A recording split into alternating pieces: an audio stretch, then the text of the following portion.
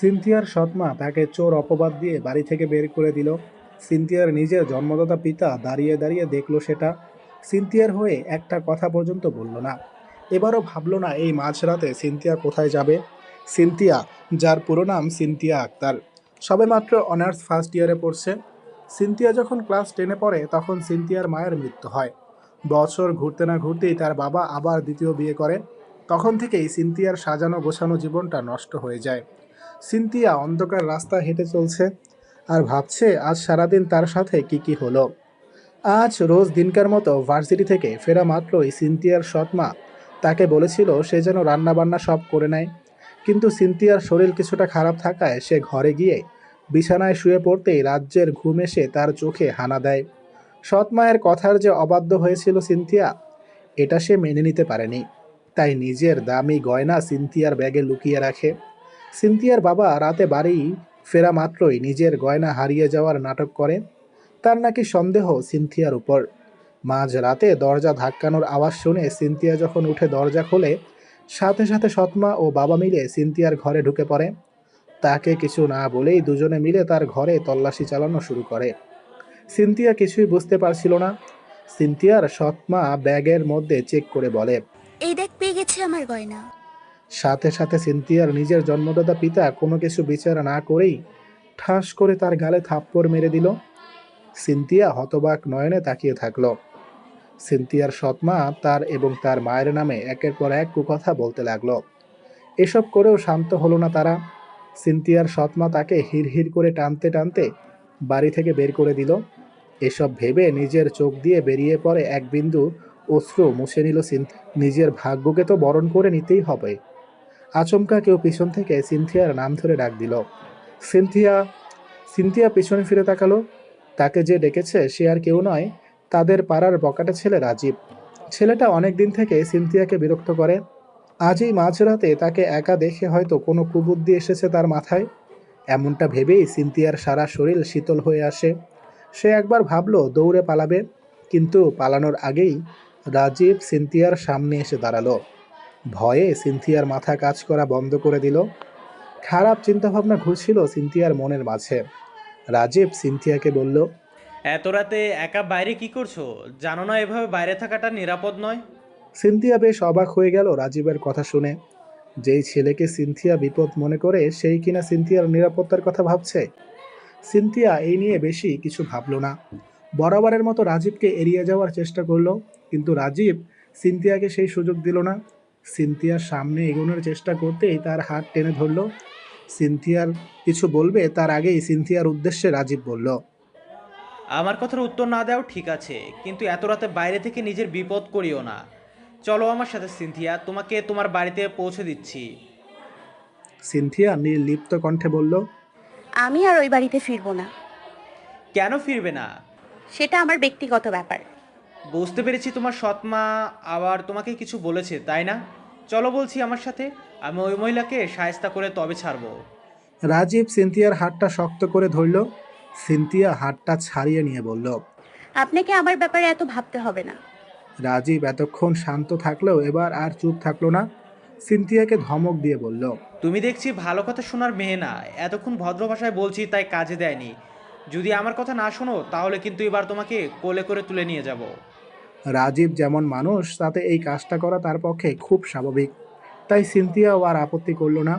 রাজীবের হাত ধরে চুপচাপ এগিয়ে যেতে লাগলো। রাজীব সিনথিয়ার বাড়ির সামনে এসে চিৎকার করে বলতে লাগলো। মিসেস লোবনা, বেরিয়ে আসুন বলছি। মাঝরাতে এত চিৎকার শুনে সিনথিয়ার বাবা সিরাজুল হক এবং সৎমা লুবনা আক্তার বেরিয়ে আসেন। লুবনা আক্তার সিনথিয়াকে দেখে মুখ বিকৃতি করে বলেন। তোর লজ্জা শরম কিচ্ছু নেই, তাই না? এত অপমান করে বের করে দিলাম, তবু নাচতে নাচতে চলে এলি। সিনথিয়া কোনো প্রতিবাদ করল না। সিনথিয়ার এভাবে চুপ থাকা পছন্দ হলো না রাজীবের। রাজীব সিনথিয়ার হাতটা শক্ত করে ধরে বলল। চুপ করে থাকলে সব কিছু সমাধান হয় না সিনথিয়া। এই পৃথিবীতে এখন আর যে সয় সে রয়ের দিন নেই। এখন জোর যার মুল্লুক তার। তাই নিজের ভালো চাইলে চুপ না থেকে কিছু বলো। তোমাকে নিজের বাবার বাড়ি থেকে বের করে দেওয়ার এই মহিলাকে। নিজের মেয়ের হয়ে কোনো কথা না বললেও স্ত্রীর নামে এমন কথা শুনে চুপ থাকলেন না সিরাজুল হক। রাজীবকে কিছু বিশ্রী গালি দিয়ে বলল। মাস্তান একটা, যার মা বাবার কোনো ঠিক নেই, অনাথ আশ্রমে মানুষ সে, আমার স্ত্রীকে এইভাবে বলে? শোন, এটা আমার বাড়ি, আর আমার বাড়িতে কে থাকবে আর কে থাকবে না সেই সিদ্ধান্ত নেব আমি। আমার বাড়িতে কোনো চোরের জায়গা নেই। নিজের জন্মদাতা পিতার মুখে এহেন কথা শোনার জন্য মোটেও প্রস্তুত ছিল না সিনথিয়া। অজান্তেই তার চোখ বেয়ে নোনা জলের স্রোত নামে। রাজীব সেটা লক্ষ্য করে নিজ হাতে সিনথিয়ার চোখের পানি মুছে দিয়ে বলে। যাদের কাছে তোমার চোখের জলের কোনো মূল্য নেই তাদের জন্য এটা খরচ করো না। রাজীব চোখ মুখ শক্ত করে সিরাজুল হকের উদ্দেশ্যে বলে। আপনার মতো কাপুরুষ আমি খুব কমই দেখেছি। কি বললেন একটু আগে আমি অনাথ? হ্যাঁ আমি অনাথ, কিন্তু আপনার মতো অমানুষ নই। শুনেছিলাম আপনার প্রথম স্ত্রী বেঁচে থাকাকালীন আপনি এই মহিলার সাথে অবৈধ সম্পর্কে লিপ্ত ছিলেন। এটা জানতে পেরেই তো আপনার প্রথম স্ত্রী হার্ট অ্যাটাক করে মারা যায়। তারপর আপনি এই মহিলাকে নিজের স্ত্রী করে আনেন। যাই হোক, সেসব কথা না হয় বাদ দিলাম। আপনি না একজন উকিল, ন্যায় বিচার করা আপনার দায়িত্ব, অথচ আপনি কিভাবে অন্যায়কে সমর্থন করলেন? আর কি বললেন চোর? সিনথিয়া চোর হলো কিভাবে? লুবনা আক্তার বলে ওঠেন। হ্যাঁ, এই মেয়ে একটা চোর, আমার দামি গয়না চুরি করেছে। লুবনা আক্তারের কথা শুনে রাজীব মৃদু হেসে বলে। আপনার মুখ এই কথাই মানায় না। সেলিনা আন্টির মৃত্যুর পর তার সব গয়নাগাটি তো আপনি দখল করেছেন, আমি কিন্তু সব জানি। আর এখন আপনি সিনথিয়াকে তার মায়ের গয়নার চোর বলছেন? চোর তো আপনি। লুবনা আক্তার রাগে স্বরে বলেন। একটা রাস্তার ছেলে হয়ে তুই আমায় চোর বলছিস? এত সাহস তোর? সাহসের তো এখনো কিছু দেখেননি। আমার জীবনে নিজের মাকে দেখিনি, কিন্তু সেলিনা আন্টির থেকে মাতৃস্নেহ পেয়েছি। উনি বেঁচে থাকতে আমার সব খোঁজ খবর রাখতেন, আমাকে ছেলের মতো দেখতেন। মৃত্যুর আগে আমার হাত ধরে বলেছিলেন ওনার মেয়ের খেয়াল রাখতে, আমি শুধু তাই করেছি। আর সিনথিয়া, তোমাকেও বলছি, তুমি আমাকে যতই ভুল বোঝো, আমি কখনো তোমার পিছু ছাড়ি না। কেন জানো? এর কারণ শুধু এটা নয় যে আমি তোমাকে ভালোবাসি, আরও বড় কারণ হলো তুমি সেলিনা আন্টির মেয়ে। তাই তুমি না চাইলেও আমি তোমার খেয়াল রাখতে বাধ্য। কথাটা বলেই সিনথিয়ার হাত ধরে জোর করে বাড়ির ভেতরে নিয়ে গেল রাজীব। সিরাজুল হক ও লুবনা আক্তার চেষ্টা করেও তাকে আটকাতে পারল না। সিনথিয়াকে তার বাড়িতে নিয়ে আসলো রাজীব। সিনথিয়াকে সোজা পৌঁছে দিল তার রুমের দিকে। সিনথিয়ার খুব ভয় হতে লাগলো, যদি আবার তারা সিনথিয়াকে বাড়ি থেকে বের করে দেয়। এই নিয়েই সিনথিয়ার যত চিন্তা। রাজীব বুঝলো সিনথিয়ার মনের কথা, তাই সিনথিয়াকে আশ্বাস দিয়ে বলল। তুমি একদম ভয় পাবে না। ওরা কেউ তোমাকে বাড়ি থেকে বের করে দিতে পারবে না। কেউ তোমাকে কিছু বললে তুমি সেটা আমাকে এসে বলবে। নিজে তো প্রতিবাদ করতে শেখোনি, তাই আমাকেই তোমার হয়ে কথা বলতে হবে। সিনথিয়ার এই মুহূর্তে কি বলা উচিত সেটা সে ভেবে পেল না। রাজীব তাকে খোঁটা দিয়ে বললেও খুব একটা ভুল কথা বলেনি। আসলেই সিনথিয়া একটুও প্রতিবাদ করে না, তাই তো তার সৎমা এবং বাবা এত বেশি সাহস পেয়েছে। রাজীব বাড়ি থেকে বের হয়ে যেতে লাগলো। সিনথিয়া ভাবলো একবার যে ধন্যবাদ বলবে, কিন্তু বলল না। কেন জানি এই রাজীব ছেলেটাকে তার একদম ভালো লাগে না। যদিও ছেলেটি সিনথিয়ার মা সেলিনার অনেক প্রিয় ছিল। সিনথিয়া তার মায়ের কাছে শুনেছিল 18 বছর পার হওয়ার পর অনাথ আশ্রম থেকে রাজীবকে বের করে দেওয়া হয়েছিল। তখন রাজীব কি করবে কি করবে না সেটাই বুঝতে পারছিল না। পেটের খাবার জোগাতে চুরি ডাকাতি শুরু করে। তবে একদিন মিসেস সেলিনা যখন রাস্তায় অজ্ঞান হয়ে পড়ে যায়, তখন এই রাজীবই তাকে উদ্ধার করে এনেছিল। তখন থেকেই তাদের মধ্যে অনেক ভালো সম্পর্ক। মিসেস সেলিনা বেঁচে থাকতে রাজীবকে অনেক সাহায্য সহযোগিতা করেছেন। তার সাহায্যেই রাজীব এই এলাকায় একটি মুদি দোকান দিয়েছে। তবে রাজীবের স্বভাব এখনো বদলায়নি, আগের মতোই বকাটে রয়ে গেছে। সব সময় মারামারিতে তাকে পাওয়া যায়। যদিও অহেতুক ঝামেলা করে না সে, কোনো অন্যায় দেখলে তার প্রতিবাদ করে। সিনথিয়া ছোট থেকেই শান্তিতে বিশ্বাসী, কারো সাথে ঝামেলায় জড়াতে চায় না কখনো। সিনথিয়ার বিশ্বাস চুপ থাকলেই সব কিছুর সমাধান হয়ে যায়। প্রতিবাদ করে কোনো লাভ হয় না, বরং কথাই বাড়ে। শান্তিপ্রিয় সিনথিয়া তাই বরাবরই নিজের এই স্বভাবের জন্য অনেক সমস্যার মুখোমুখি হয়েছে, তবুও নিজেকে বদলানোর চেষ্টা করেনি। নিজের শান্তিপ্রিয় স্বভাবের কারণেই নিজের বিপরীতমুখী স্বভাবের রাজীবকে তার সহ্য হয় না। তার উপর যখন থেকে জানতে পেরেছে রাজীব তাকে পছন্দ করে, তখন থেকে আরও বেশি দূরে দূরে থাকে। যদিও রাজীব কখনো সিনথিয়ার থেকে জোর করে ভালোবাসা আদায় করে নিতে চায়নি, শুধু সিনথিয়ার ব্যাপারে অনেক বেশি নাক গলায়, যা সিনথিয়ার পছন্দ নয়। এসব কথা ভাবতে ভাবতে নিজের রুমে চলে আসে সিনথিয়া। লুবনা আক্তার সোফায় বসে বসে রাগে ফুঁসছেন। সিরাজুল হক তার পাশেই বসে আছে। লুবানা আক্তার বেশ রাগী গলায় বললেন, তোমার সামনে একটা বাইরের ছেলে আমার সাথে এত খারাপ ব্যবহার করার সাহস কই পায়? আমি তো তোমার হয়ে কথা বললাম। থাক, এসব বলে লাভ নেই। আমি তোমার এই মেয়েকে আর সহ্য করতে পারছি না। ওকে তাড়াতাড়ি বের করে দাও তো। আমি তো এটাই বুঝতে পারি না, তুমি ওকে সহ্য করতে পারো না কেন? আমাদের তো কোনো সন্তান নেই। তোমাকে আমি আগেও বলেছিলাম আমি কখনো মা হতে পারবো না। এটা জেনেও তো তুমি আমাকে ভালোবেসেছো। সিরাজুল ইসলাম মনে মনে বলেন, তখন কি আর জানতাম আমাদের সম্পর্কের কথা সেলিনা এইভাবে জেনে যাবে আর তোমাকে বিয়ে করতে হবে? লুবনা আক্তার বলল, এই মেয়েকে দেখলেই আমার তোমার প্রথম স্ত্রীর কথা মনে পড়ে। তাই ওকে আমি সহ্য করতে পারি না। তুমি যত তাড়াতাড়ি সম্ভব ওকে বিয়ে দিয়ে দাও। যা বুঝলাম এই রাজীব ছেলেটা থাকতে এমনি এমনি ওকে বিদায় করা যাবে না। বিয়ে দিলে তো আর কিছু করতে পারবে না। আচ্ছা, দেখছি কিভাবে কি করা যায়। রাজীব নিজের বাসায় আছে। সিনথিয়াদের মহল্লাতে একটি ভাড়া বাড়িতে থাকে রাজীব। খুব ছোট একটা ঘর। এই ঘরের নিজের জীবন সাজিয়ে নিয়েছে রাজীব। বাসায় এসে বিছানায় শুয়ে শুয়ে সিনথিয়ার ছবি দেখছিল রাজীব আর ভাবছিল, তোমাকে কিভাবে বোঝাবো কত ভালোবাসি তোমায়? আমার ভালোবাসা কি তুমি কখনো বুঝবে না? রাজীবের মনে পড়ে যায় এক ঝড় বৃষ্টির দিনে প্রথম যেদিন সে সিনথিয়াকে দেখেছিল। সিনথিয়া তখন স্কুলে পড়তো। প্রথম দেখাতেই রাজীবের মনে দাগ কেটে যায় সে। রাজীব আজও ভুলতে পারেনি বৃষ্টি ভেজা সিনথিয়াকে।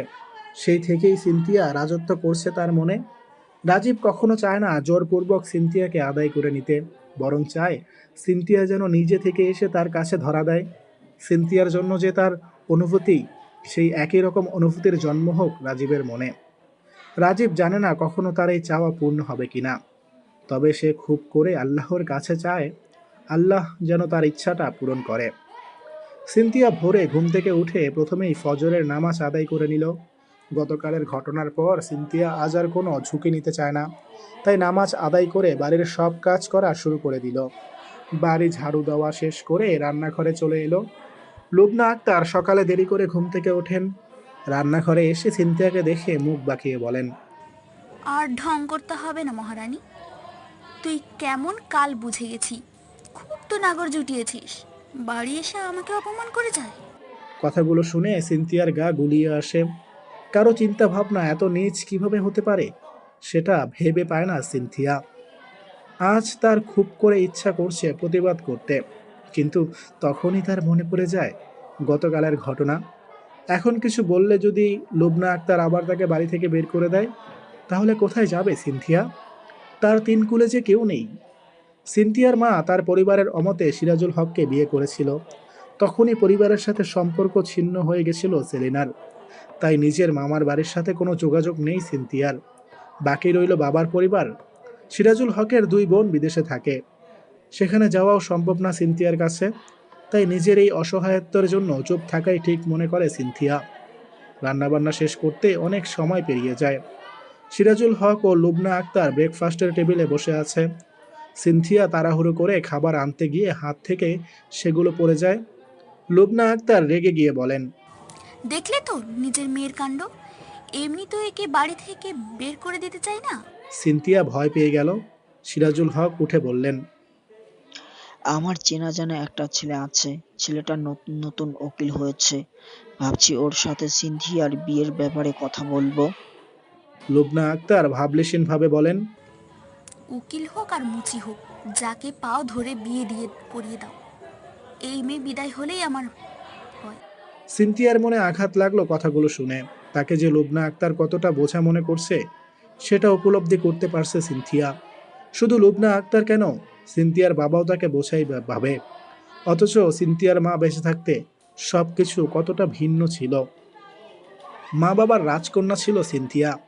এই কয়েক বছরে চোখের নিমিষেই সব বদলে গেছে। সিনথিয়ার চোখের সামনেই তার বাবা কতটা বদলে গেল। আর নিজেকে সামলাতে পারছিল না সিনথিয়া। বাড়ি থেকে বেরিয়ে এলো। ভার্সিটির সময় প্রায় হয়ে এসেছে, তাই দ্রুত পা চালাতে লাগলো। টাকা না থাকায় 30 মিনিটের পথ হেঁটেই যেতে হয় তাকে। আচমকা রাজীব নিজের বাইক নিয়ে এসে থামালো সিনথিয়ার সামনে। বলল, উঠে পড়ো, আমি তোমাকে দ্রুত ভার্সিটিতে পৌঁছে দেব। আমি একাই। যা বলছি চুপচাপ মেনে নাও। সিনথিয়া আর কথা না বাড়িয়ে রাজীবের বাইকের পেছনে উঠে বসলো। রাজীব বলল, আমাকে শক্ত করে ধরো, আমি কিন্তু খুব দ্রুত চালাই। সিনথিয়া রাজীবকে বেশ শক্ত করে ধরল। রাজীব ভীষণ খুশি হলো। খুশি মনে বাইক চালানো শুরু করলো।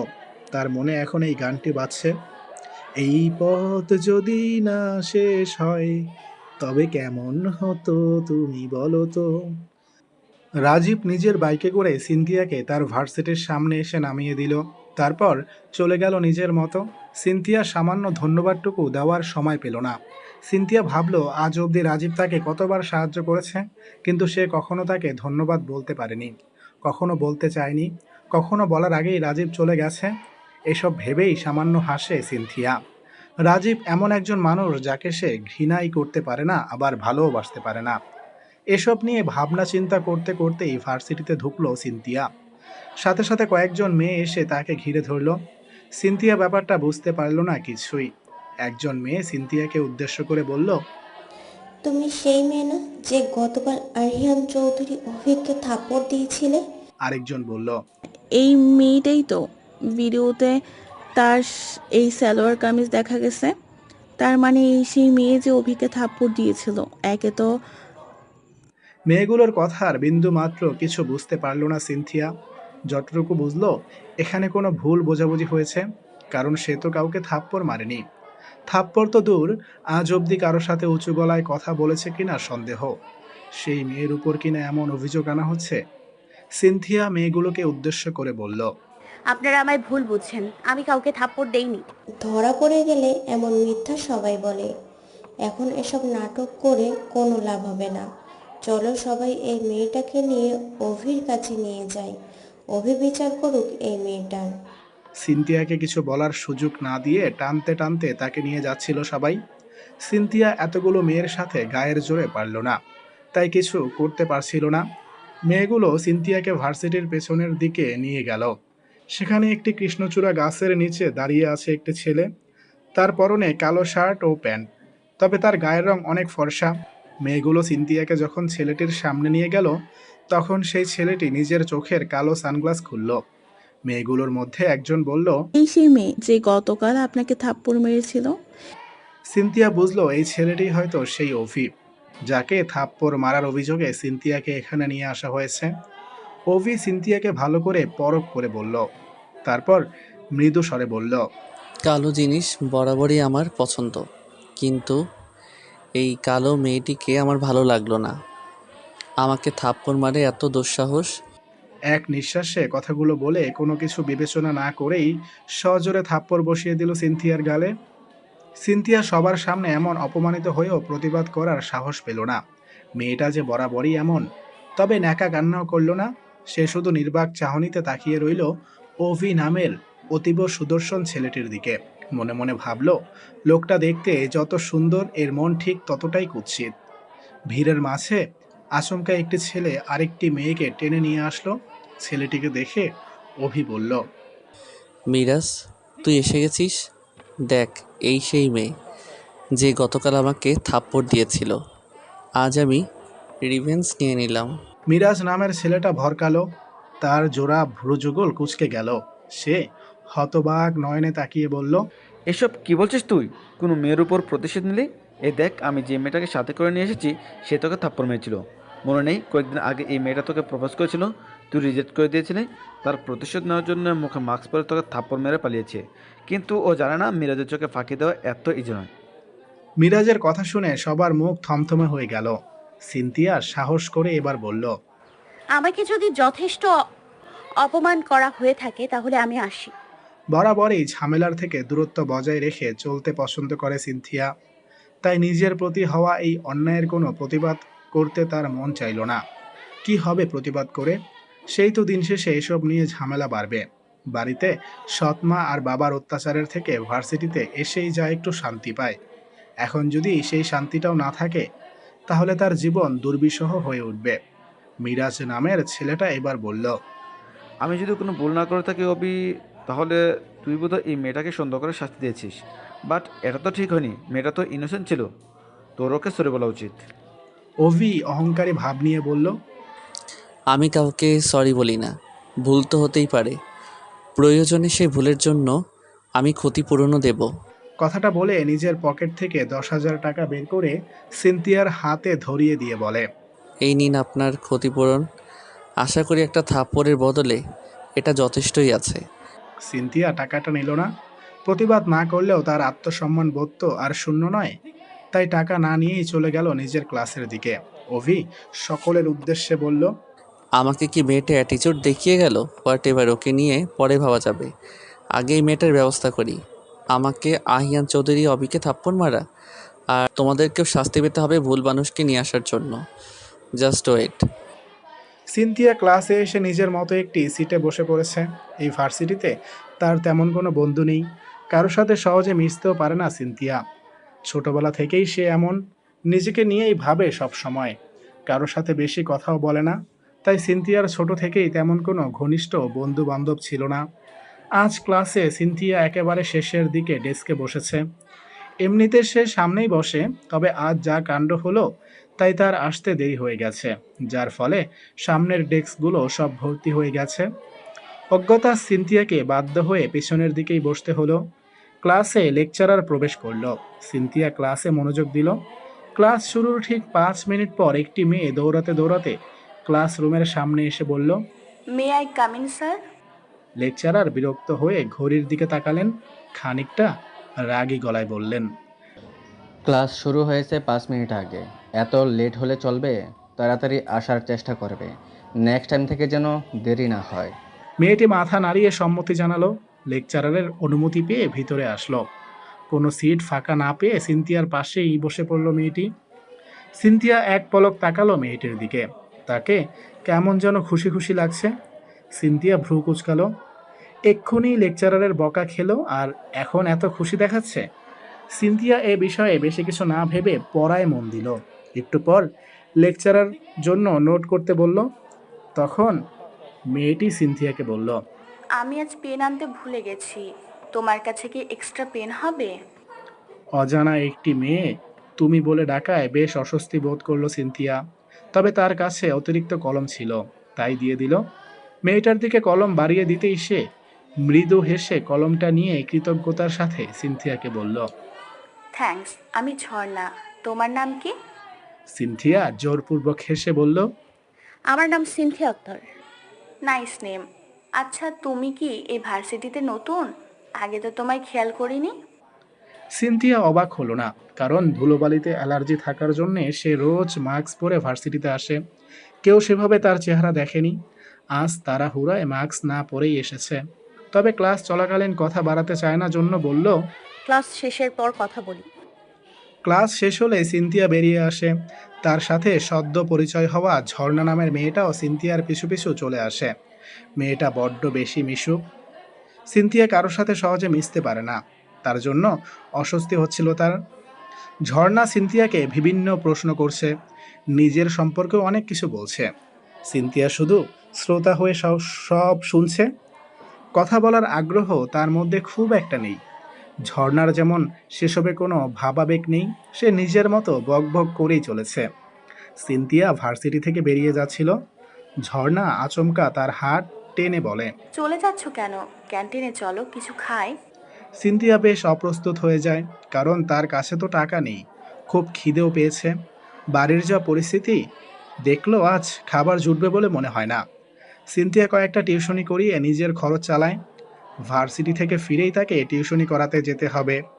ক্লান্ত শরীর নিয়ে হাঁটতেও পারছে না, কিন্তু এখন তো বিনা পয়সায় কিছু খেতেও পারবে না। তাই সিনথিয়া ঝর্ণার উদ্দেশ্যে বলল, আমার বাড়িতে খুব জরুরি কাজ আছে, তাই আমার হাতে খুব বেশি সময় নেই। আমাকে যেতে হবে।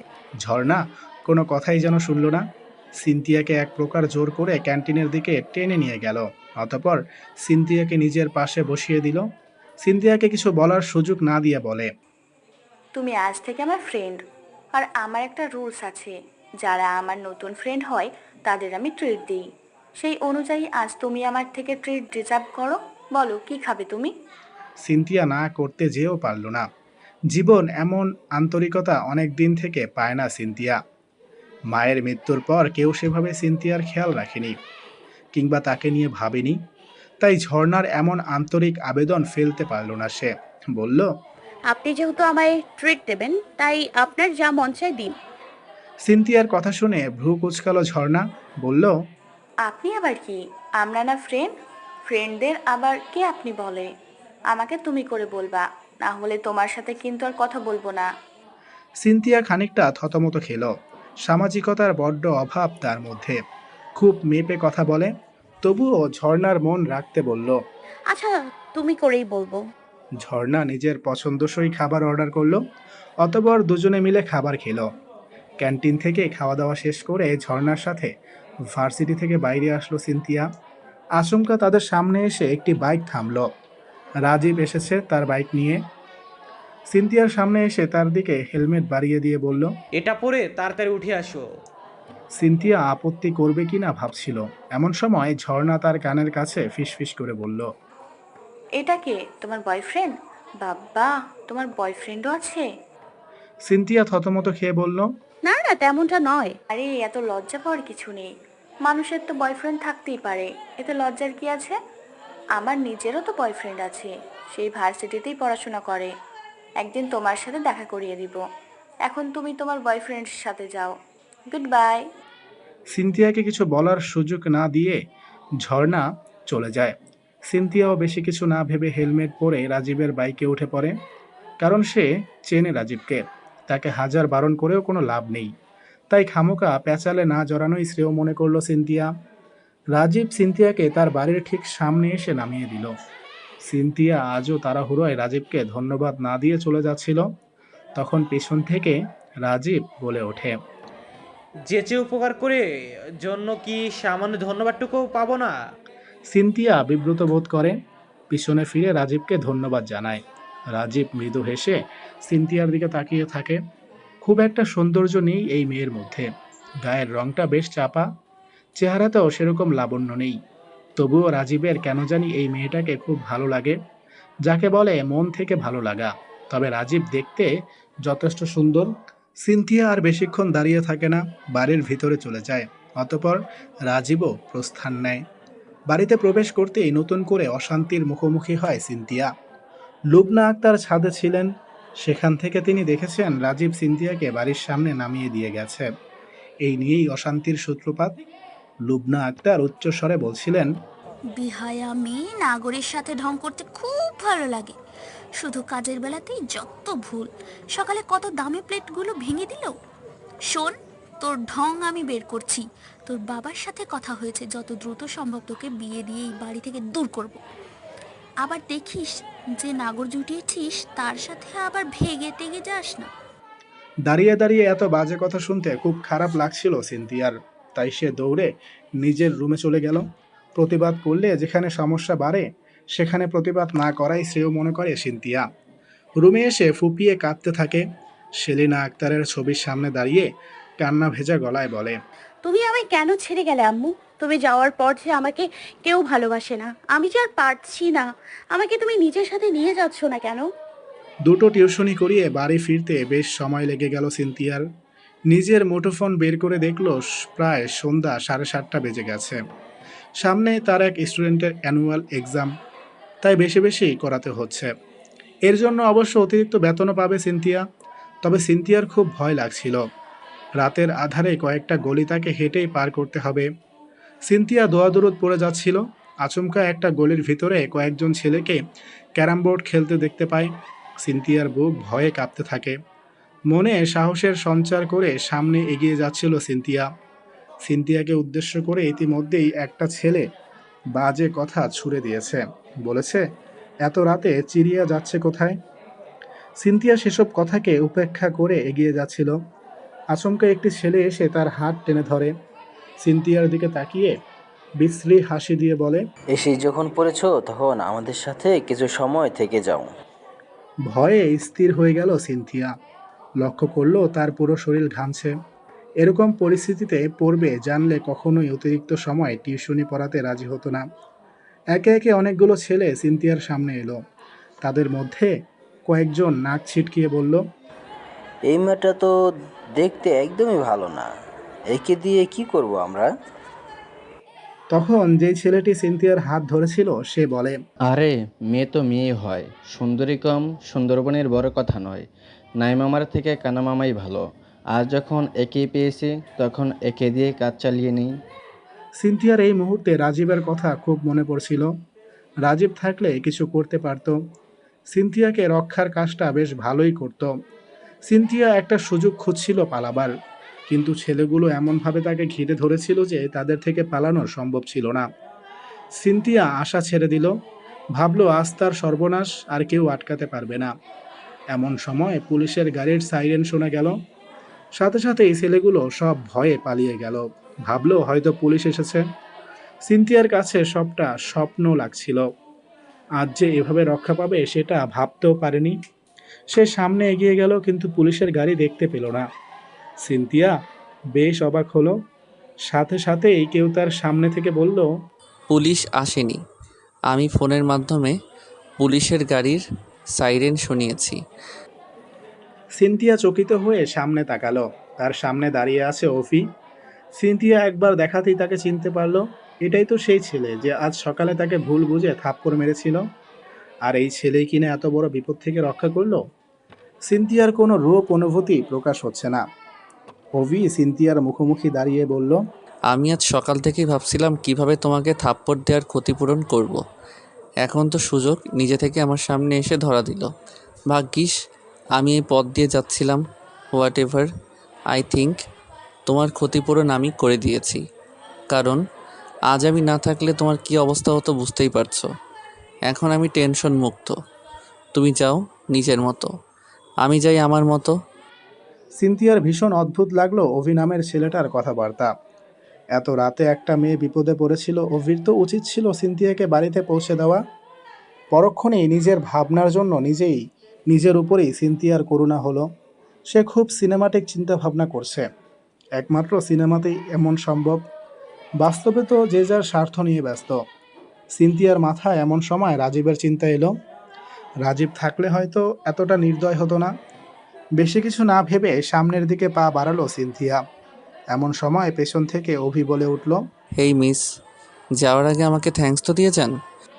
সিনথিয়া পেছনে ফিরল, স্বাভাবিকভাবে ধন্যবাদ জানালো। অতঃপর চলতে শুরু করলো নিজের মতো। কিছুটা সামনে এগোতেই মেইন রোডে চলে আসলো। একটা রিক্সাও পেয়ে গেল। রিক্সায় করে বাড়ির দিকে রওনা দিল সিনথিয়া। বাড়ির কাছাকাছি পৌঁছে সিনথিয়ার নজরে পড়ে রাজীবের দোকানের সামনে বেশ জটলা বেঁধেছে। সিনথিয়া নেমে পড়ল রিক্সা থেকে। রাজীবকে এলাকার কয়েকজন ছেলে ধরে মারছে। সিনথিয়া হকচকিয়ে গেল। ব্যাপারটা বোঝার চেষ্টা করলো। আশেপাশে দাঁড়ানো কিছু মানুষের কথোপকথন শুনে যা বুঝলো, রাজীব নাকি এই ছেলেদের চাঁদা দিতে অস্বীকার করেছিল, তাই তাদের সাথে ঝামেলা লেগে গেছে। সিনথিয়া কিছু একটা ভেবে পুলিশ স্টেশনে কল করলো। কিছুক্ষণের মধ্যেই পুলিশ এসে ঝামেলা থামিয়ে দিল। জটলা পরিষ্কার হলো। রাজীব অনেকটা আহত হয়েছে। সিনথিয়া রাজীবের ক্ষত স্থানগুলোতে ওষুধ লাগিয়ে দিচ্ছিল। রাজীব কিছু বলতে চাইছিল। সিনথিয়া রাজীবের কথা শোনার প্রয়োজন মনে করে না, তাই ওষুধ লাগানো শেষ হলে বাড়ির দিকে রওনা দেয়। রাজীব উদাসীন হয়ে নিজের সাথে নিজেই বিড়বিড় করে বলে, তুমি কখনো আমার কথা শুনবে কিনা সিনথিয়া? আজ বাড়িতে ফিরে নতুন সমস্যার মুখোমুখি হলো সিনথিয়া। লুবনা আক্তার সিনথিয়াকে বাড়িতে আসতে দেখা মাত্রই সিনথিয়ার সামনে এসে বললেন, এত দেরি কেন হলো? কোন নাগরের সাথে ছিলি? সিনথিয়ার রোজ আর এসব কথা শুনতে ভালো লাগছিল না। তার দেয়ালে পিঠ ঠেকে গেছিল। তাই আজ অবশেষে প্রতিবাদ করল। বলল, আপনি আমাকে এভাবে বলতে পারেন না। আমার ব্যাপারে এত খারাপ কথা বলার অধিকার আপনার নেই। তোর এত সাহস বেড়েছে? সাপের 5 পা দেখে ফেলেছিস তাই না? দাঁড়া, তোর আব্বু আজ আসুক, তোর একটা ব্যবস্থা করব আমি। সিনথিয়া কিছু না বলে রুমে চলে যায়। লুবনা আক্তার চেঁচামেচি করতে থাকেন। সিনথিয়া বিরক্ত হয়ে যাচ্ছিল এসব কারণে। তার তো মাঝে মাঝে মনে হয় যদি সে সব কিছু ছেড়ে দূরে কোথাও যেতে পারত তাহলে ভালো হতো। কিন্তু তার যে যাওয়ার কোনো জায়গা নেই। মামার বাড়ির ঠিকানা সে জানে না। তার মায়ের জীবন দশায় যখন জানতে চাইতো, তখন সিনথিয়ার মা সেলিনা আক্তার চুপ থাকতো। বিয়ের পর থেকেই নিজের পরিবারের সাথে তার কোনো রকমের কোনো যোগাযোগ ছিল না। সিনথিয়ার নানা নাকি সেলিনা আক্তারকে ত্যায্য করেছিলেন। এসব কথা ভেবে গোপনে দীর্ঘশ্বাস ফেলায় সিনথিয়া। রাতে আর খাওয়ার কথা ভাবেনি। না খেয়েই ঘুমিয়ে যায় সিনথিয়া। ভোরে ঘুম থেকে উঠে প্রথমে ফজরের নামাজ আদায় করে নেয়। নামাজ তার মনকে প্রশান্তি দেয়। আল্লাহর কাছে নিজের সব দুঃখের কথা বলে সে নিজে একটু হালকা হয়। কারণ নিজের ইন্ট্রোভার্ট স্বভাবের কারণে সে কারো সাথে সেভাবে কথা বলে না, তাই নিজের সব কথা আল্লাহকেই জানায়। ভার্সিটির সময় ঘনিয়ে এলে সিনথিয়া রান্নাঘরে গিয়ে নিজের জন্য নুডলস বানিয়ে নেয়। অতঃপর সেই নুডলস খেয়ে বেরিয়ে পড়ে ভার্সিটির জন্য। সবে বাড়ি থেকে বের হতে যাবে তখনই পেছন থেকে সিরাজুল হক ডাক দেয় সিনথিয়াকে। সিনথিয়া তখন বলে, তুমি কিছু বলবে আব্বু?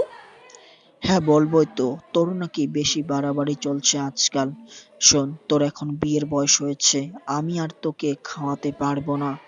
আমার একটা ছেলে পছন্দ করা আছে, সে নতুন নতুন উকিল হয়েছে, তাকে তোর ছবি দেখিয়েছে, সে তোকে পছন্দ করেছে, আজ তোকে দেখতে আসতে চাইছে, তাড়াতাড়ি ফিরেতে আসবি। সিনথিয়া মাথা নাড়ায়, যার অর্থ হ্যাঁ। সিনথিয়া কখনো তার বাবার অবাধ্য হয় না, এসব নিয়েই তাই আর বেশি ভাবল না। সিনথিয়া বাড়ি থেকে বেরিয়ে যেতেই লুবনা আক্তার খুশিতে গদগদ হয়ে বললেন, তাহলে অবশেষে একে বিদায় করা যাচ্ছে। অভি নিজের বাবার সাথে কথা বলছিল। অভির বাবা আব্দুর রহমান অভির সাথে নিজের বোনের ব্যাপারে কথা বলছিল। আব্দুর রহমানের বোন তার বাবার অমতে বিয়ে করেছিলেন। ধনী পরিবারের মেয়ে হয়ে এক মধ্যবিত্ত যুবককে বিয়ে করায় সেই বিয়ে মেনে নেননি তার বাবা। তবে শুধু এটাই নয়, আরেকটা বড় কারণ ছিল তাদের বাবা জানতো যেই ছেলেকে তার বোন বিয়ে করতে চাইছে তার চরিত্র ভালো না। এই কারণটাও গুরুতর ছিল। তখন থেকেই তার সাথে আর কারো কোনো যোগাযোগ নেই। নিজের বোনের কথা স্মরণ করে আব্দুর রহমান বলেন, আজ কতদিন হয়ে গেল ওকে দেখি না, বেঁচে আছে কিনা সেটাও অজানা। আল্লাহ তাআলার কাছে শুধু এতটুকু চাওয়া, ওর যেন সন্ধান আমি পাই। অভি নিজের বাবাকে আশ্বাস দিয়ে বলে, তুমি কোনো চিন্তা করো না আব্বু, দেখবে আমি ফুপুর খোঁজ এনে দিব তোমায়। আমাকে শুধু কিছু সময় দাও। অভি বাড়ি থেকে বেরিয়ে আসে ভার্সিটির উদ্দেশ্যে। নিজের সব থেকে দামি গাড়িতে করেই আজ সে ভার্সিটিতে এলো। কাকতালীয়ভাবে অভি আজ ভার্সিটিতে আসতেই সবার আগে তার সাথে সিনথিয়ার দেখা হলো। সিনথিয়া অভিকে দেখে পাশ কাটিয়ে যাওয়ার চেষ্টা করলো। অভি সিনথিয়ার পথ আটকে দাঁড়ালো। সিনথিয়াকে আপাত মস্তক পরক করে বলল, কাল সুস্থভাবে বাড়িতে পৌঁছে গিয়েছিলেন তো? সিনথিয়ার অভিকে দেখে মনে মনে বলে, কাল আমাকে একা ছেড়ে দিয়ে আজ এসছে খবর নিতে। কিন্তু প্রকাশ্যে বলল, আমি ঠিকভাবেই পৌঁছে গিয়েছিলাম। অভি এবার পথ ছেড়ে দিল। সিনথিয়া স্বস্তির নিঃশ্বাস ফেলে চলে এলো। ক্লাসে যেতেই ঝর্ণা ঘিরে ধরলো সিনথিয়াকে, বলল, আগামী সপ্তাহে আমাদের এখানে একটা প্রোগ্রাম আছে, আমি নাচ দিব, তুমিও থাকবে আমার সাথে। সিনথিয়া হাত গুটিয়ে নেয়, বলে, আমি নাচতে পারি না। এসব শুনবো না, কাল থেকে কিন্তু প্র্যাকটিস করব। সিনথিয়াকে আর কিছু বলার সুযোগ পর্যন্ত দিল না। অজ্ঞতা সিনথিয়াকে রাজি হতেই হলো। সিনথিয়া আজ তাড়াতাড়ি বাড়ি ফিরল, কারণ আজ তাকে দেখতে আসার কথা। বাড়িতে ফিরেই সিনথিয়া দেখল লুবনা আক্তার রান্না বান্নায় ব্যস্ত। সিনথিয়া বুঝলো তাকে দেখতে আসা পাত্রপক্ষের জন্য এই রান্না বান্নার আয়োজন চলছে। সিনথিয়া এসব নিয়ে মাথা ঘামানোর প্রয়োজন মনে করল না। নিজের রুমে গিয়ে তার মায়ের শাড়ি গহনা বের করলো। আজ একটু সাজার ইচ্ছে হলো তার। এমনিতে তো এসব সাজগোজ তার ভালো লাগে না কখনো, তবে আজ কেন জানি তার খুব ইচ্ছে হলো একটু সাজার। তাই নিজের রুমের দরজা বন্ধ করে সাজছে। আজ মন মতো সাজলো সিনথিয়া। সাজগোজ শেষ করলো, কিছুক্ষণ বিশ্রাম নিল। অতঃপর লামিয়া বেগম তাকে ডাকতে এলো। দরজায় নক করে বলল, নবজাদি, তোর কি এখনো সাজগোজ হয়নি? এই তো রূপের ঢং, এত সেজে কি হবে? নিচে আয় তাড়াতাড়ি, এসে আমাকে উদ্ধার কর। কাজে একটু হাত লাগা। আমি কি একা সবার যত্ন করব? আমাকে দেখতে আসছে ওনারা নাকি তোকে? নিজের সৎ মায়ের এই ধরনের খোঁটা শুনতে ভালো লাগছিল না সিনথিয়ার, তাই নিচে চলে গেল। খাবার দাবার তৈরি করা হয়ে গেছে সব, পাত্রপক্ষও চলে এসেছে। লামিয়া বেগম সবার সামনে আর খারাপ ব্যবহার করলেন না। সিনথিয়ার হাতে চায়ের ট্রে তুলে দিয়ে বললেন, জামা, সবাইকে চা দে। লামিয়া বেগমের এমন মিষ্টি ব্যবহারের সাথে পরিচিত নয় সিনথিয়া, তাই বেশ অবাকই হলো। তবে তাকে আরও বেশি অবাক করে দিলেন সিরাজুল হক। তিনি লামিয়া বেগমকে বললেন, আমি ওকে সাহায্য করব, ও এক হাতে কি এত কিছু করতে পারবে নাকি? লামিয়া বেগম খেপে গেলেও সেটা প্রকাশ করলেন না। এখন যেহেতু মেয়েটাকে বিদায় করাই তার মূল উদ্দেশ্য, তাই দাঁতে দাঁত চেপে সব সহ্য করলেন। সিনথিয়াকে সাহায্য করলেন। সিনথিয়া পাত্রপক্ষর সবাইকে চা নাস্তা দিল। যেই ছেলে সিনথিয়াকে দেখতে এসেছে তার নাম রায়হান। মধ্যবিত্ত পরিবারের ছেলে, এখন সদ্য উকিল হয়েছে।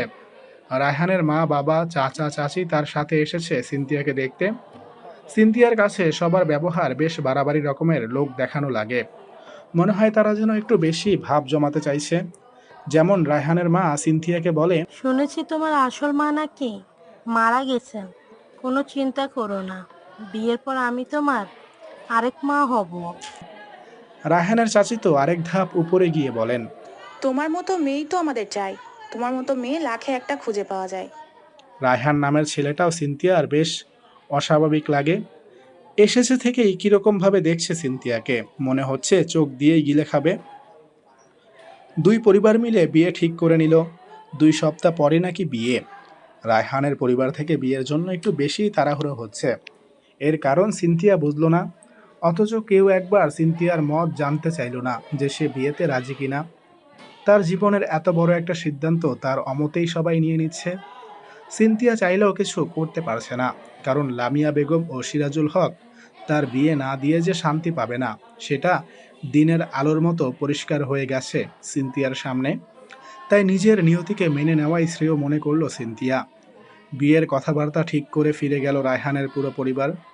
যাওয়ার আগে রায়হানের মা নিজের গলার সোনার হার খুলে সিনথিয়াকে পরিয়ে দিল। এসবে সিনথিয়া বেশ অবাকই হলো। রায়হানও সিনথিয়ার দিকে অদ্ভুত দৃষ্টি প্রয়োগ করে চলে গেল। সবাই চলে যাওয়ার পর লামিয়া বেগম নিজের খোলস ছেড়ে আসল রূপে বেরিয়ে আসলেন। সিনথিয়াকে বললেন, এই নবাবের বেটি, দাঁড়িয়ে আছিস কেন? এইসব থালা বাসন কে পরিষ্কার করবে? আমাকে কি কাজের লোক পেয়েছিস? চুপচাপ সব পরিষ্কার করে নি, না হলে তোর একদিন কি আমার একদিন। সিনথিয়া চুপচাপ সব কাজ করে নিল। ভাবলো আর তো মাত্র কটা দিন, তারপরে এসব থেকে মুক্তি পাবে। আসলে কি তেমনটা হবে, নাকি তার জন্য অপেক্ষা করছে আরো নতুন বড় কোনো বিপদ? সিনথিয়া বাড়ির সব কাজ শেষ করে বিশ্রাম নেওয়ার ফুরসত পেল না। টিউশনির সময় ঘনিয়ে আসায় বেরিয়ে পড়ল। বাড়ি থেকে কিছু দূর হেঁটে এসে প্রধান সড়কে দাঁড়িয়ে রইল কোনো রিকশার অপেক্ষায়। এমন সময় রাজীব এসে তার পাশে দাঁড়ালো। সিনথিয়ার দিকে তাকিয়ে উদ্বিগ্ন গলায় বলল, এসব আমি কি শুনছি সিনথিয়া? তোমায় নাকি আজ দেখতে এসেছিল? সিনথিয়া বেশ স্বাভাবিক চিত্তে বলে, হ্যাঁ এসছিল, আমাকে পছন্দও করেছে। আমাকে এসব জানাওনি কেন? সিনথিয়া কোনো উত্তর দিল না, শুধু রাজীবের দিকে অদ্ভুতভাবে তাকালো। রাজীব তার দৃষ্টি বলে দিচ্ছিল সে বোঝাতে চাইছে রাজীব এমন কে যাকে সবকিছু বলতে হবে। রাজীব বুঝলো সিনথিয়ার সেই অবাক্ত কথা, তাই আর দাঁড়ালো না সেখানে।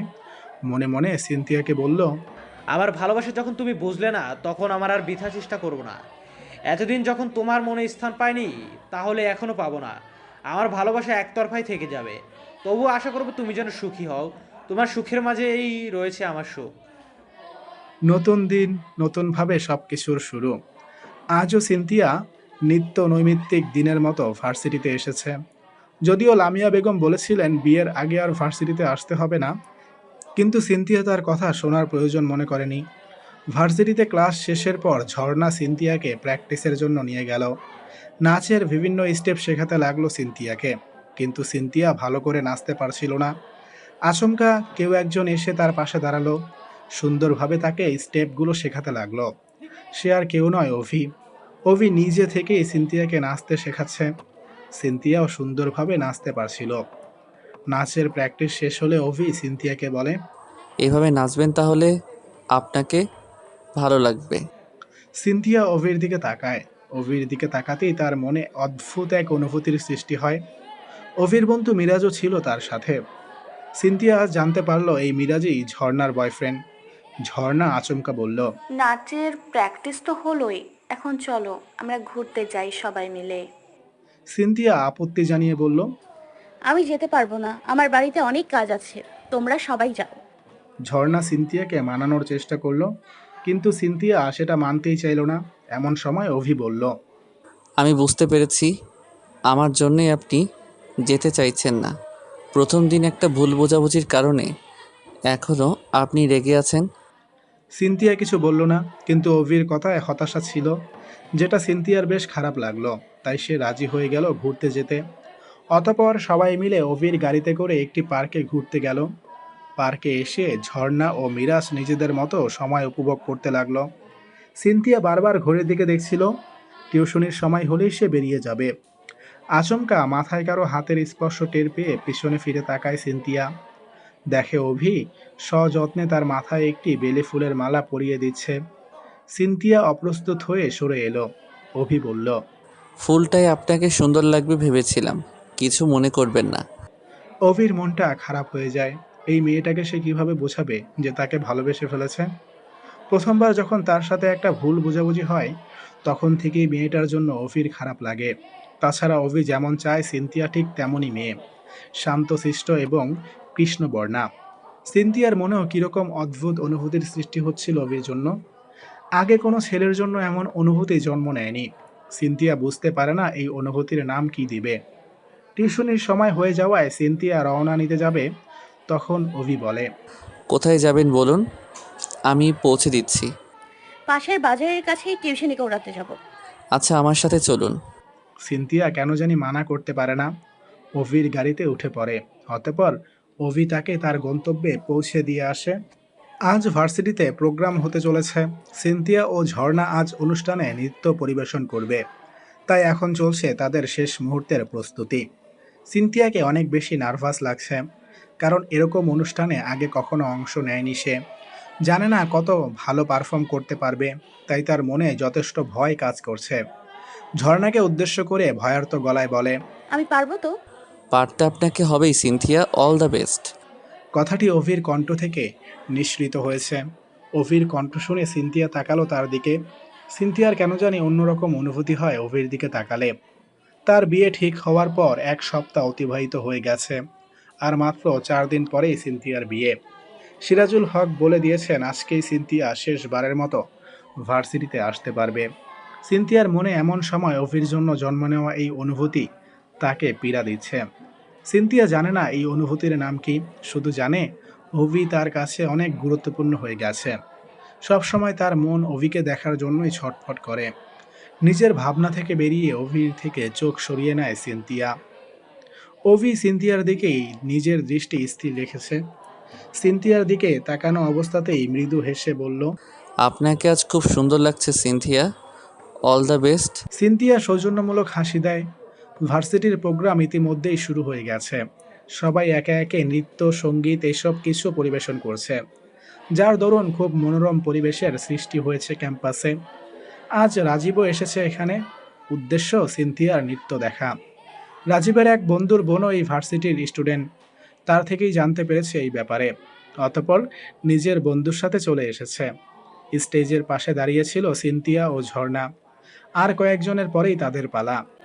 ভয়ে রীতিমতো কাঁপছিল সিনথিয়া। তার মনে একটাই চিন্তা, যদি পারফরমেন্স ভালো না হয় তাহলে কি হবে।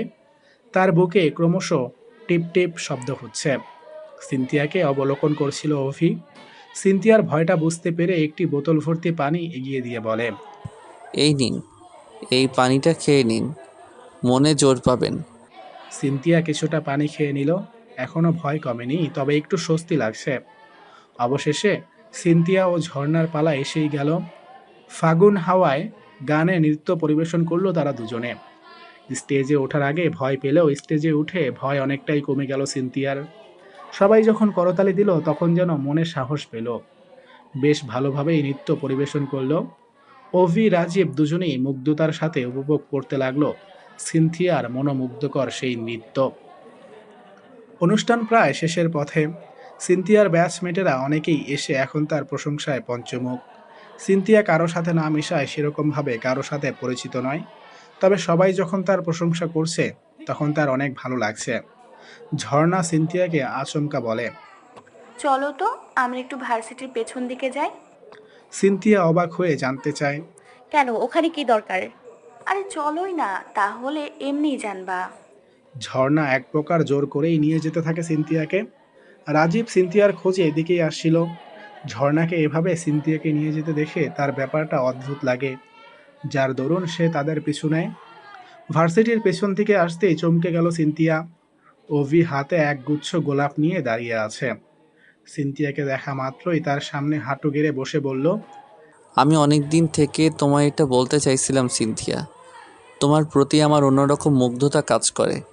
And I can feel I love you a lot. আমি তোমাকে অনেক বেশি ভালোবাসি। সিনথিয়া অনুভূতিগুলোর ভাষা হারিয়ে ফেলেছিল। এমন পরিস্থিতিতে তার কি করণীয় সেটা বুঝতে বেশ ঝামেলা হচ্ছিল তার। সিনথিয়ার মনেও যে অভির জন্য অনুভূতির জন্ম হয়েছে, কিন্তু তার যে বিয়ে ঠিক হয়ে গেছে। এখন কি করতে পারে সে? সিনথিয়া বেশ কঠোরভাবে বলল, আমি আপনাকে ভালোবাসি না অভি। আপনি হয়তো জানেন না আমার বিয়ে ঠিক হয়ে গেছে, আর মাত্র 4 দিন পরেই আবার বিয়ে। তাই আমি খুশি হব যদি আপনি এই বিষয় নিয়ে আর কথা না বাড়ান। আজ এই ইউনিভার্সিটিতে আমার শেষ দিন ছিল, আমি আসছি। কথাগুলো বলে আর দাঁড়ালো না সিনথিয়া। তার চোখে যে বিন্দু বিন্দু জল জমেছে। আর কিছুক্ষণ পরেই বিনা বাধায় বর্ষণ নামবে তার চোখে। অন্যদিকে রাজীব সবকিছুই পর্যবেক্ষণ করলো। সিনথিয়ার পেছন পেছন সেও চলে এলো। অন্যদিকে সিনথিয়ার থেকে প্রত্যাখ্যাত হয়ে অভি প্রচণ্ড ভেঙে পড়ল।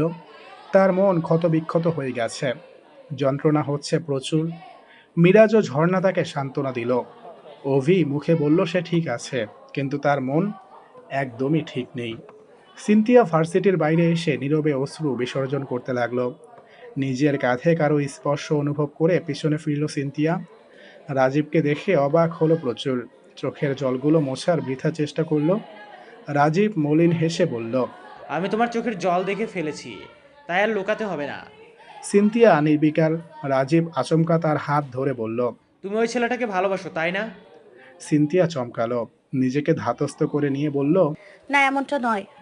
তোমার চোখ অন্য কথা বলছে, তোমার এই কান্না অন্য কথা বলছে। ছেলেটা ভাগ্যবান তোমার ভালোবাসা পেল, যেটা আমি পাইনি। কিন্তু তুমি কেন ওকে অস্বীকার করলে?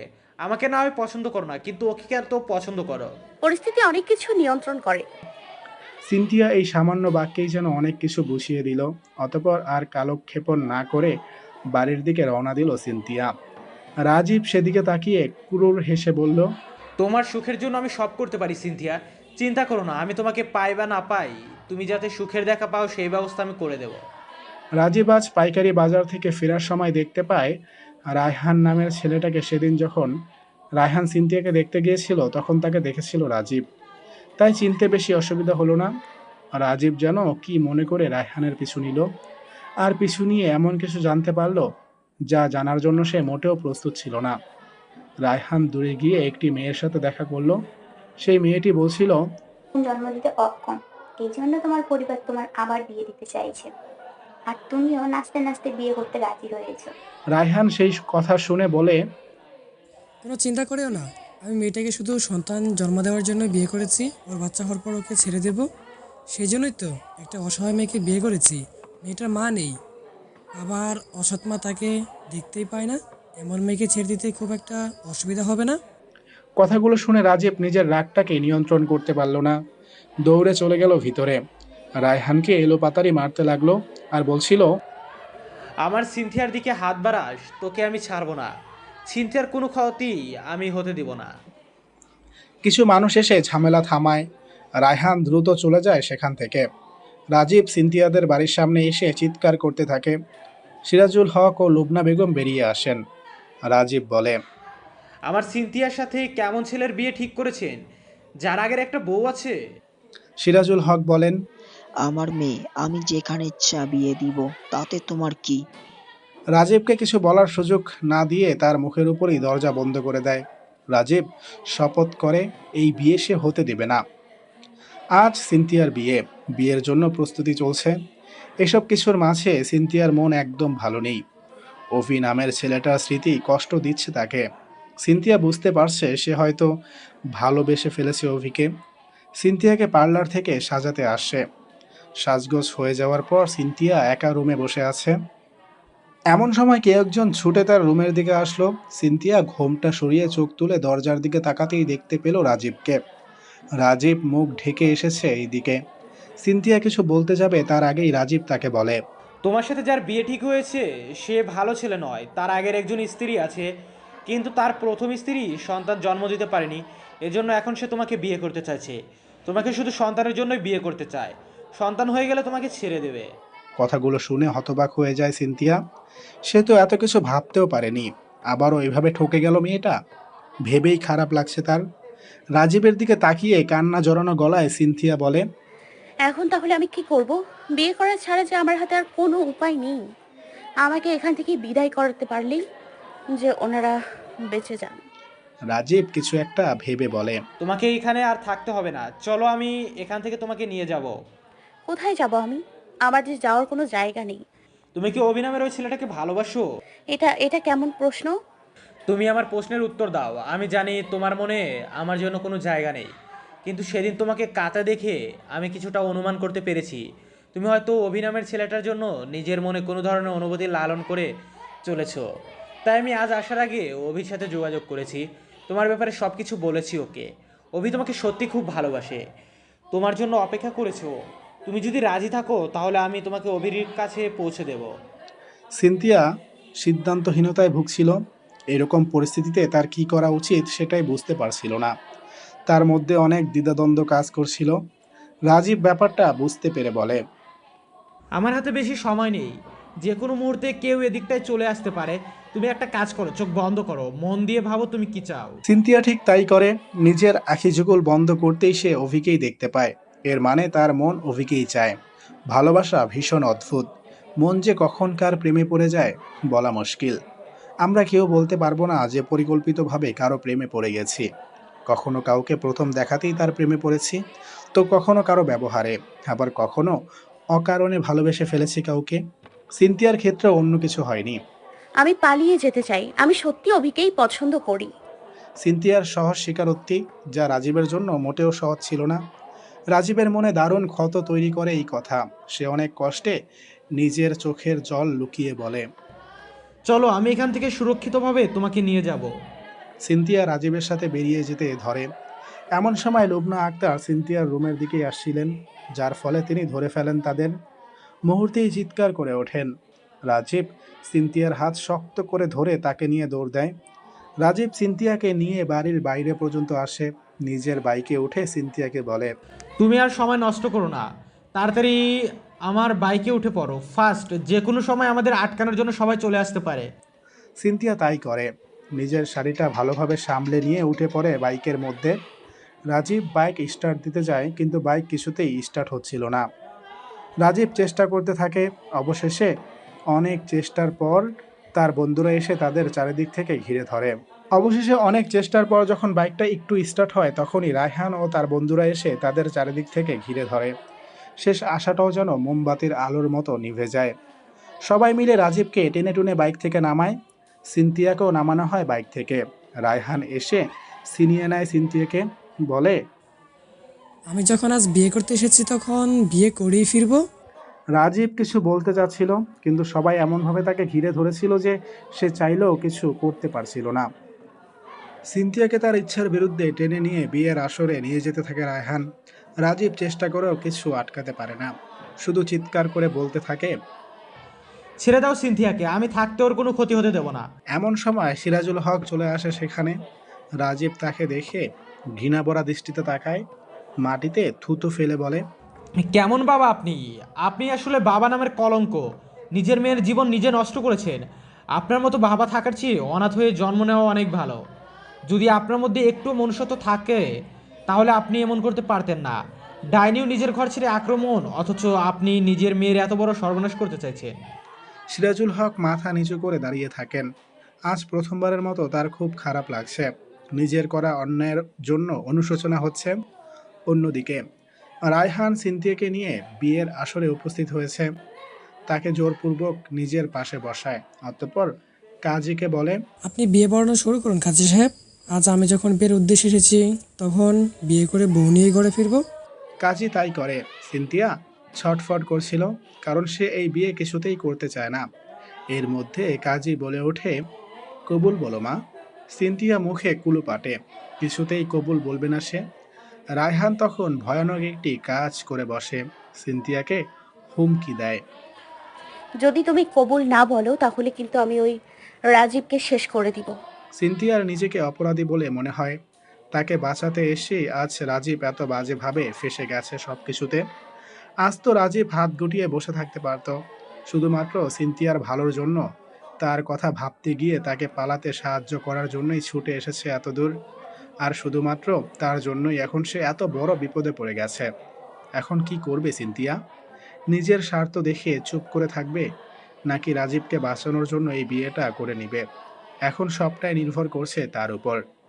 সিনথিয়া নিজের সাথে নিজেই যুদ্ধ করছিল।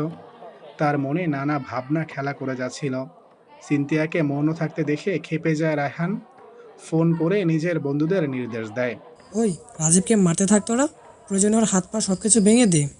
এই পর্যায়ে আর চুপ থাকতে পারে না সিনথিয়া, বলে ওঠে, প্লিজ এমন কিছু করবেন না, আমি আপনার সব কথা মেনে নিব। আমি এই বিয়েটা করে নিচ্ছি, রাজীব ভাইয়ের কিছু করবেন না।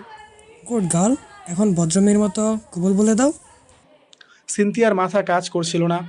রাজীবকে বাঁচানোর এখন আর কোনো উপায় নেই, তাই সিনথিয়া নিজেকে প্রস্তুত করে কবুল বলার জন্য। সিনথিয়া কবুল বলতে যাবে এমন সময় ঘটে এক অদ্ভুত ঘটনা। সিরাজুল হক বলে ওঠেন, থামাও এসব, কোনো বিয়ে হবে না। সাথে সাথে পুলিশও চলে আসে, এসে গ্রেফতার করে রায়হান ও তার বন্ধুদের। লুবনা আক্তার দাঁত কটমট করতে থাকেন। সিরাজুল হকের কৃতিত্ব হঠাৎ এভাবে জেগে ওঠায় তার সব পরিকল্পনা নস্যাৎ হয়ে গেল। সিরাজুল হক সিনথিয়ার কাছে আসেন, সিনথিয়ার মাথায় হাত রেখে বলেন, আমি জীবনে অনেক ভুল করেছি সিনথিয়া, তোর সাথে, তোর মায়ের সাথে অনেক বেশি অন্যায় করেছি। আমি নিজের ভুলটা এখন বুঝতে পেরেছি, তাই দয়া করে পারলে আমাকে ক্ষমা করে দিস। সিনথিয়া অশ্রুজল চোখে তার বাবাকে বলে, আমি হয়তো নিজের প্রতি করা সব অন্যায়ের জন্য তোমাকে ক্ষমা করতে পারবো, কিন্তু আম্মুর সাথে তুমি যে অন্যায় করেছো তার জন্য আমি তোমাকে ক্ষমা করতে পারবো না, কারণ তার কোনো ক্ষমা হয় না। তবুও তুমি আমার আব্বু। আমি চাই তুমি আমাকে দোয়া করো যেন আমার ভবিষ্যৎ জীবন সুখের হয়। সিরাজুল হক বলেন, আমি চাই তুই সুখী হ। আল্লাহর কাছে এই প্রার্থনাই করব যেন তোকে সুখী করে। আমার করা অন্যায়ের জন্যও আল্লাহর কাছে ক্ষমা চাইব। এখন থেকে আমি সম্পূর্ণ ভালো হয়ে যাব, দেখিস। সিনথিয়া আচমকা তার বাবাকে জড়িয়ে ধরে। সিরাজুল হকও নিজের মেয়েকে বুকে আগলে নেন। লুবনা আক্তারের হৃদয়ে রক্তক্ষরণ হতে থাকে এই দৃশ্য দেখে, কিন্তু তার কিছু করারও ছিল না, তাই দাঁতে দাঁত চেপে সব সহ্য করে। এমনিতেই আজকে সিনথিয়া এমনিই চলে যাবে, এটাই তার কাছে অনেক। বাবার থেকে বিদায় নিয়ে সিনথিয়া আসে লুবনার কাছে, তার সামনে এসে বলে, জানি আপনি কখনো আমার ভালো চাননি, এখনো চান না। আসলে কিছু মানুষ জীবনে কখনো বদলায় না। তবু আমি চাই আপনিও আব্বুর মতো নিজেকে বদলে ফেলার চেষ্টা করুন। অনেক অন্যায় তো করেছেন, এখন আল্লাহর কাছে ক্ষমা চান, অন্তত কিছুটা সব সঞ্চয় করুন জীবনে। আপনার ভালোর জন্য এই পরামর্শ দিলাম। আল্লাহ কিন্তু পরম দয়ালু, তার বান্দাদের ক্ষমা করে দেবেন নিশ্চয়। লুবনা আক্তারকে কতটা প্রভাবিত করলো কথাগুলো সেটা বোঝা গেল না। সিনথিয়া নিজের পৈতৃক ভিটা ত্যাগ করল, রাজীবের বাইকে উঠে পড়ল। এখন তার গন্তব্যস্থল অভির নিকট, যাকে সাথে নিয়েই জীবনের বাকি দিনগুলো পার করতে চায় সিনথিয়া। মাঝ রাস্তায় আচমকা বাইক থামিয়ে দেয় রাজীব। সিনথিয়া জিজ্ঞেস করে, এখানে থামলেন কেন? আপনি না বলেছিলেন অভির সোহরাওয়ার্দী উদ্যানের পাশে আমার জন্য অপেক্ষা করছে? রাজীব কিঞ্চিত হেসে বলে, আজ থেকে তো চিরকালের জন্য তুমি অবির হয়ে যাবে। তার আগে কিছু সময় কি আমি তোমার থেকে পেতে পারি সিনথিয়া? রাজীবের কাতর আবেদন সিনথিয়ার মনকে যা নাড়া দিয়ে যায়, কিন্তু সিনথিয়া কি বলবে সেটা বুঝতে পারছিল না। রাজীব পুনরায় বলল, চিন্তা করো না, বেশি সময় নেব না, 5 মিনিট দাও আমাকে। আমি শুধু মিনিট পাঁচেক তোমার হাত ধরে একটু হাঁটতে চাই। সিনথিয়া নিজের হাত বাড়িয়ে দেয়। রাজীব তৃপ্তির হাসি হাসে, অতঃপর সিনথিয়াকে সাথে নিয়ে ফুটপাত ধরে হাঁটতে থাকে। ইচ্ছা ছিল এই হাতে হাত রেখে আজীবন কাটিয়ে দেবে, কিন্তু ওই যে ভাগ্যে নেই। রাজীবের ভাগ্য যে অনেক বেশি নিষ্ঠুর। ছোটবেলা থেকেই এই ভাগ্যের জন্য তাকে বিভিন্ন কষ্টের মধ্যে দিয়ে যেতে হয়েছে। আজও তার ব্যতিক্রম হয়নি। সিনথিয়া অনুভব করতে পারছিল রাজীবের কষ্টটা, কিন্তু সেই বা কি করবে। ভালোবাসা এমন একটা জিনিস যেটা মন থেকে আসে, জোর করে কাউকে ভালোবাসা যায় না। আমাদের মনও যে বড়ই অদ্ভুত, কখন কাকে ভালোবেসে ফেলে সেটা বোঝা বড় দায়। রাজীব আর নিজের আবেগকে নিয়ন্ত্রণ করতে পারছিল না, সিনথিয়ার কাছে আবদার করে বসে, আমি কি তোমাকে জড়িয়ে ধরে একটু কাঁদতে পারি? সিনথিয়া ফেলতে পারে না এই আবেদন, অনুমতি দিয়ে দেয়। রাজীব তখন সিনথিয়াকে জড়িয়ে ধরে অশ্রু বিসর্জন করতে থাকে। এক পর্যায়ে সিনথিয়াও নিজেকে আটকে রাখতে পারে না, সেও ডুকরে কেঁদে ওঠে। কান্নারত অবস্থায় বলে, কেন এত ভালোবাসলেন আমায়? আমাকে ভালোবেসে কি পেলেন আপনি? শুধুই কষ্ট। এই কষ্ট তো আপনি ডিজার্ভ করেন না। আমি কখনো মনে করব না আমি ভালোবাসা পাইনি, কারণ আমি তো তোমাকে ভালোবাসতে পেরেছি, তুমি আমায় ভালোবাসতে পারোনি।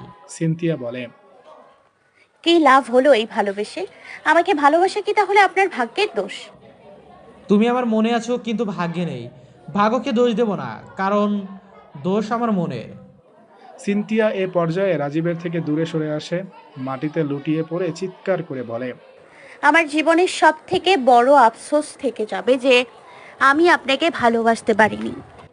রাজীব তৎক্ষণাৎ সিনথিয়াকে টেনে তোলে, নিজের কষ্ট ভুলে অশ্রু মুছে সিনথিয়ার চোখের জল মুছে দিয়ে বলে, তুমি ভালোবাসোনি তো কি হয়েছে? আমি তো তোমাকে ভালোবাসি, ডুবে ডুবে ভালোবাসি, তুমি না বাসলেও আমি বাসি। নিজের বাইকে উঠে সিনথিয়াকে উঠতে বলে রাজীব। সিনথিয়া বাইকে ওঠে, রাজীব বাইক স্টার্ট দেয়। সিনথিয়া রাজীবের কাঁধে স্পর্শ করে বসেছিল। এই স্পর্শের মাধ্যমে রাজীব অনুভব করার চেষ্টা করে সিনথিয়াকে। সিনথিয়ার প্রতিটা স্পর্শ আজ থেকে অন্য কারো নামে হবে। কথাটা ভাবতেই রাজীবের ইচ্ছে করছে ভাগ্য বদলে দিতে। যে কোনো কিছুর বিনিময়ে যদি ভাগ্যের লেখা পরিবর্তন করা যেত, তাহলে সে যেন এক্ষুনি সিনথিয়াকে নিজের করে নিত। কিন্তু সেটা যে সম্ভব নয়, তাই এক বুক না পাওয়ার গ্লানি নিয়েই থাকতে হবে রাজীবকে। গাড়ি এসে থামে সোহরাওয়ার্দী উদ্যানের সামনে। সিনথিয়ার চোখে তখনও অশ্রুবিন্দু লেগেছিল। রাজীব টিস্যু এগিয়ে দেয় সিনথিয়ার দিকে, অতঃপর বলে, আর কেঁদো না তুমি, আমার জন্য কষ্ট পেতে হবে না। আমি তোমার সাথে কাটানো স্মৃতিগুলো নিয়ে আজীবন কাটিয়ে দিতে পারবো। রাজীব অভিকে ফোন দেয়। অভি ফোনটা রিসিভ করলে রাজীব বলে, কোথায় তুমি? আমি সিনথিয়াকে নিয়ে এসেছি। আমি দেখেছি তোমাদের, রাস্তার বিপরীত দিকে আছি, যাচ্ছি। অল্প সময়ের ব্যবধানে অভি তাদের কাছে চলে আসে। সিনথিয়াকে দেখে তৃপ্তির হাসি দিয়ে বলে, শেষ পর্যন্ত তুমি আমার কাছে আসলেই আমি খুব খুশি হয়েছি। রাজীব সিনথিয়ার হাত ধরে তাকে অভির হাতে তুলে দিয়ে বলে, অনেক ভরসা করে আমার জীবনের সব থেকে দামি মানুষটাকে তোমার হাতে তুলে দিলাম। তুমি কিন্তু ওর কোনো অযত্ন হতে দেবে না। আশা করি সিনথিয়া তোমার কাছে ভালো থাকবে। অভিও আশ্বাস দিয়ে বলে, আমি আমার সর্বোচ্চ দিয়ে সিনথিয়াকে সুখে রাখার চেষ্টা করব। রাজীব এক পলক সিনথিয়ার দিকে তাকিয়ে বলে, চলো কাজী অফিসে যাই, তোমাদের বিয়ের সাক্ষী না হয় আমি হব। সিনথিয়া জানে রাজীব এই দৃশ্য সহ্য করতে পারবে না, তাই সে বলে, আপনি আমাদের জন্য অনেক করেছেন, এর জন্য আপনার কাছে চির কৃতজ্ঞ থাকব। কিন্তু আপনাকে আর কিছু করতে হবে না। আমরা আমাদের কিছু বন্ধু বান্ধব ডাকবো, তারা না হয় সাক্ষী হবে। রাজীব বুঝল সিনথিয়া তাকে আর কষ্ট দিতে চাইছে না, তাই এমন কথা বলছে। কিন্তু সিনথিয়াকে হারিয়ে তো এমনিতেই যথেষ্ট কষ্ট পেয়ে গেছে সে, আর কোনো কষ্ট তার কাছে কিছুই না। তবুও সিনথিয়ার মন রাখতে রাজীব বলে, আচ্ছা তোমরা ভালো থেকো, তোমাদের ভবিষ্যৎ জীবন সুখের হোক, আমি তাহলে যাচ্ছি। রাজীব চলে যায়। যাওয়ার আগে একবারও ফিরে দেখে না, কারণ সে যথেষ্ট কষ্ট পেয়েছে আর পেছনে ফিরে তাকাতে চায় না। সিনথিয়া মনে মনে ভাবে, আল্লাহ, তুমি রাজীব ভাইয়ের জীবনে এমন কাউকে এনে দিও যে তাকে ভালোবাসবে, যে তাকে সুখে রাখবে। না হলে যে আমাকে চিরকাল আফসোস করে যেতে হবে, তাকে ভালোবাসতে না পারার আফসোস। রাজীব রাতের নিঃশব রাস্তা দিয়ে হেঁটে চলেছে। আজ তার পুরো জীবন এলোমেলো হয়ে গেছে। জীবনের সব থেকে দামি মানুষটাকে যে আজ সে হারিয়ে ফেলেছে। এক ব্যর্থ প্রেমিকের কষ্টে আজ রাজপথেও যেন কষ্টের মুহূর্ত সৃষ্টি হয়েছে। दोजिश के आने से मुकम्मल हो है गई जिंदगी, दास्ता की खुशियों ने दी थी, मिट गई थी हर कमी, क्यों बे बाजा दिए साजा, क्यों ख्वाब देखे हो लगाए, जिए जो हम लगे सितम, আজাবে সেও দিয়ে গায়া। কাজী অফিসে এসে উপস্থিত হয়েছে সিনথিয়া ও অভি। মিরাজ এবং ঝর্ণাও এসেছে তাদের বিয়ের সাক্ষী হতে। অবশেষে অভি ও সিনথিয়ার বিয়ে সম্পন্ন হয়। সিনথিয়া বেশ স্বাভাবিকভাবেই বিয়েটা করে নেয়। অভিকে যেন এই অল্প সময়েই তার মনের বিশাল স্থান দিয়ে ফেলেছে। অভিও নির্দ্বিধায় বিয়ে করে নিল সিনথিয়াকে। অতঃপর দুজনে মিলে রওনা দিল অভির বাড়ির উদ্দেশ্যে। না জানি সেখানে কি অপেক্ষা করছে তাদের জন্য। সারা রাস্তায় সিনথিয়ার ভয়ের সাথেই অতিবাহিত হয়। ভয় শুধু একটাই, অভির পরিবার যদি এই বিয়ে মেনে না নেয় তাহলে কি হবে। সিনথিয়ার মনে হতে লাগলো, আমার জন্য সব সময় কি অন্যরা কষ্ট পাবে? রাজীব ভাইকে তো যথেষ্ট কষ্ট দিয়েছি। এখন আমার জন্য যদি অভির সাথে তার পরিবারের সম্পর্ক খারাপ হয়, আমি কিভাবে এতটা স্বার্থপর হলাম? নিজের কথা ভাবতে গিয়ে আমি পারিপার্শ্বিক পরিস্থিতি একটু বিবেচনাতেও আনলাম না। হায় আল্লাহ, কি হবে এবার? মনে অজানা ভয় নিয়ে অভির বাড়ির সামনে উপস্থিত হয় সিনথিয়া। সারা রাস্তা তার অতিবাহিত হয়েছে উদ্বিগ্নতার সাথে। এখনও তার মনে নানা রকম চিন্তা ভাবনা ঘুরছে।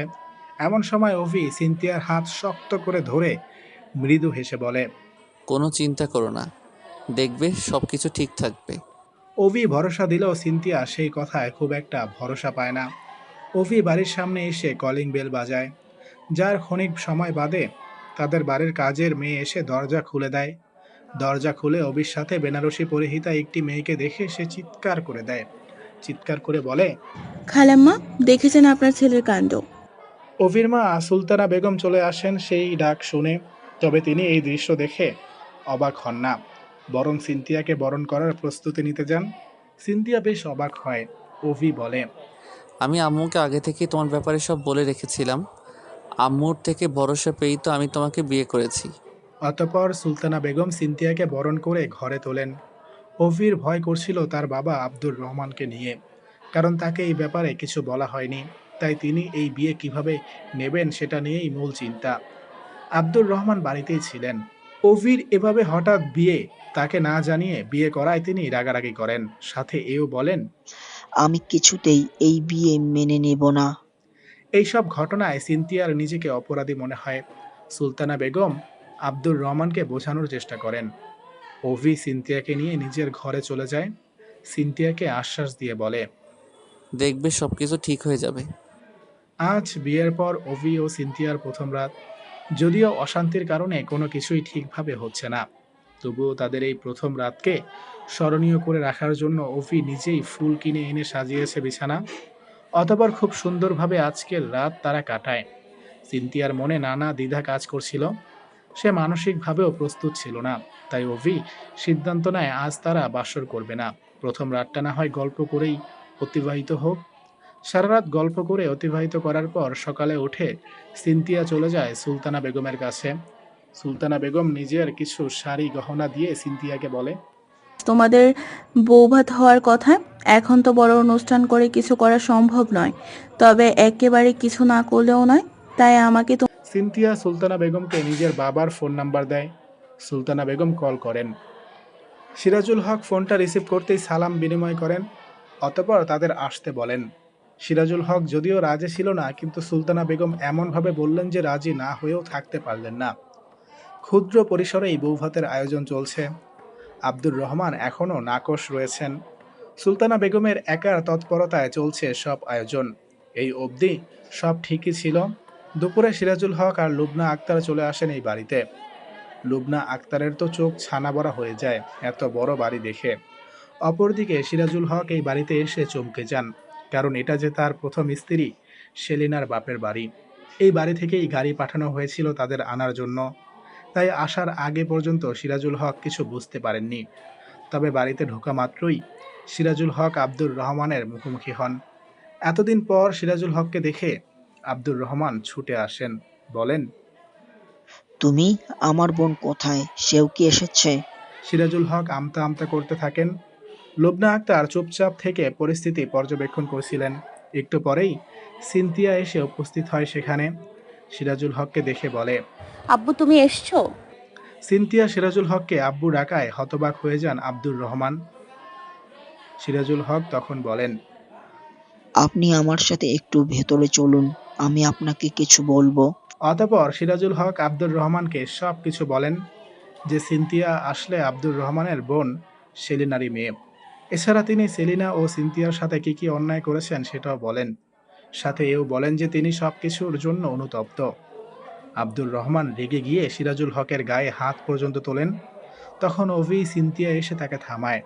সবার সামনে আব্দুর রহমান সিনথিয়াকে জড়িয়ে ধরে বলেন, তুই আমার বোনের মেয়ে, আমার বোন সেলিনার মেয়ে তুই। মুহূর্তেই একটি আবেগঘন মুহূর্তের তৈরি হয়। অভিও জানতে পারে যে সিনথিয়া তার ফুফাতো বোন। সিনথিয়াও এতদিন পর তার মামাকে পেয়ে খুশি হয়। সাথে আল্লাহকে ধন্যবাদ জানায়, তাকে সব কিছু ফিরিয়ে দেওয়ার জন্য।